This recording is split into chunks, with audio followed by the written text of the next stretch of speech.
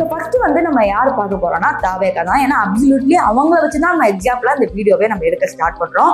So தாவேகா பொறுத்த வரைக்கும் அவரோட தலைவர் உங்களுக்கு நல்லாவே தெரியும், விஜய் அவர்கள். இவர் நடிகரா இருக்கும் போதே, அதாவது கரியரின் உச்சம் அப்படின்னு சொல்லுவாங்க பாத்தீங்களா, இவருக்கு பல எடிட்ஸ் வந்து அவங்க ஃபேன்ஸா இருக்கணும் சரி, இவருக்குன்னு ஒரு தனியா பிஆர் டீமும் இருக்கு, அதுவும் எனக்கு நல்லா தெரியும். ஸோ அகைன் அண்ட் அகைன் வந்து ரீல்ஸ் வந்துட்டே இருந்துச்சு. இவர் அரசியல் வரப்போறதுக்கு முன்னாடி கூட இவர் அரசியல் வரப்போறாரு அப்படிங்கிற மாதிரி இந்த சோசியல் மீடியா லைட்டா பூம் ஆக ஆரம்பிச்சது. அதன் பிறகு ஒன்ஸ் நான் வந்து உள்ள வந்துட்டேன்டா அப்படின்னு சொன்னப்ப அதை வேற மாதிரி எடிட் கொடுத்தாங்க. அதுக்கப்புறம் இவருடைய பாடல்லாம் ரிலீஸ் ஆகும் போது என்ன பண்றாங்கன்னா, மெயினா அந்த எங்கெங்க லைன் எல்லாம் வந்து திமுக தாக்கி பேசுறாங்களோ அதை வந்து தானாவே ட்ரெண்டாக வைக்கிறாங்க. அதை மீம்ஸோட வந்து அட்டாச் பண்றது, டான்ஸ் பண்றது, இதெல்லாம் பண்ணி ஸ்டார்ட் பண்ணவங்க அவங்க தான்.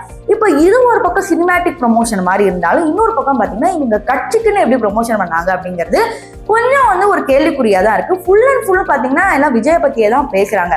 ஆனா அதே இடத்துல நிறைய பேர் இருக்காங்க, ப்ரொமோஷன் நடக்கல. ஆனா இப்ப இந்த லோயாலா மணி அது மட்டும் இல்லாம நிறைய பேர் வந்து இந்த டிபேட் சேனல்ஸ்ல பேசுறாங்க இல்லையா, சோ அவங்க நல்லா பேசுற டாபிக்கை கரெக்டா கட் பண்ணி விர்ச்சுவல் வாரியர்ஸ் அது சோசியல் மீடியால பகிர்ந்துட்டு வராங்க. ஏன்னா அப்பெல்லாம் பட்டிமன்றம் டிபேட் எல்லாம் வந்து பாக்குறதுக்கு ஒரு கூட்டமே இருந்துச்சு, நம்மளே சின்ன வயசுல உட்காந்து பாத்துட்டு இருப்போம். இப்ப யாருக்குமே அந்த டைம் கிடைக்கிறது இல்ல. சண்டேனாவே எந்திரிச்சு தூங்கணும், இது பண்ணணும் அதை பண்ணணும் அப்படிங்கிற ஒரு மைண்ட்ல ஓடிட்டே இருக்கும். சோ இவங்க என்ன பண்றாங்கன்னா, இப்படி பார்க்க முடியாதவங்களுக்கு காப்பிரைட் வந்தாலும் பரவாயில்லன்னு சொல்லி அந்த எக்ஸாக்டான கிளிப்பை கட் பண்ணி விட்டு போடுவாங்க. ஒரு சில டைம் அதை பார்த்துதான் வந்து பாத்தீங்கன்னா நிறைய பேர் நியூஸே எடுப்பாங்க.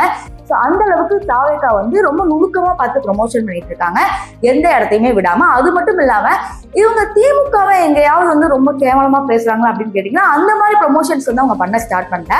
அதாவது இவங்களை விட நாங்க பெட்டர் கட்சி அப்படிங்கிறதுக்கான ப்ரொமோஷன்ஸ் தான் வந்து இப்ப பயங்கரமா நடந்துட்டு இருக்கு.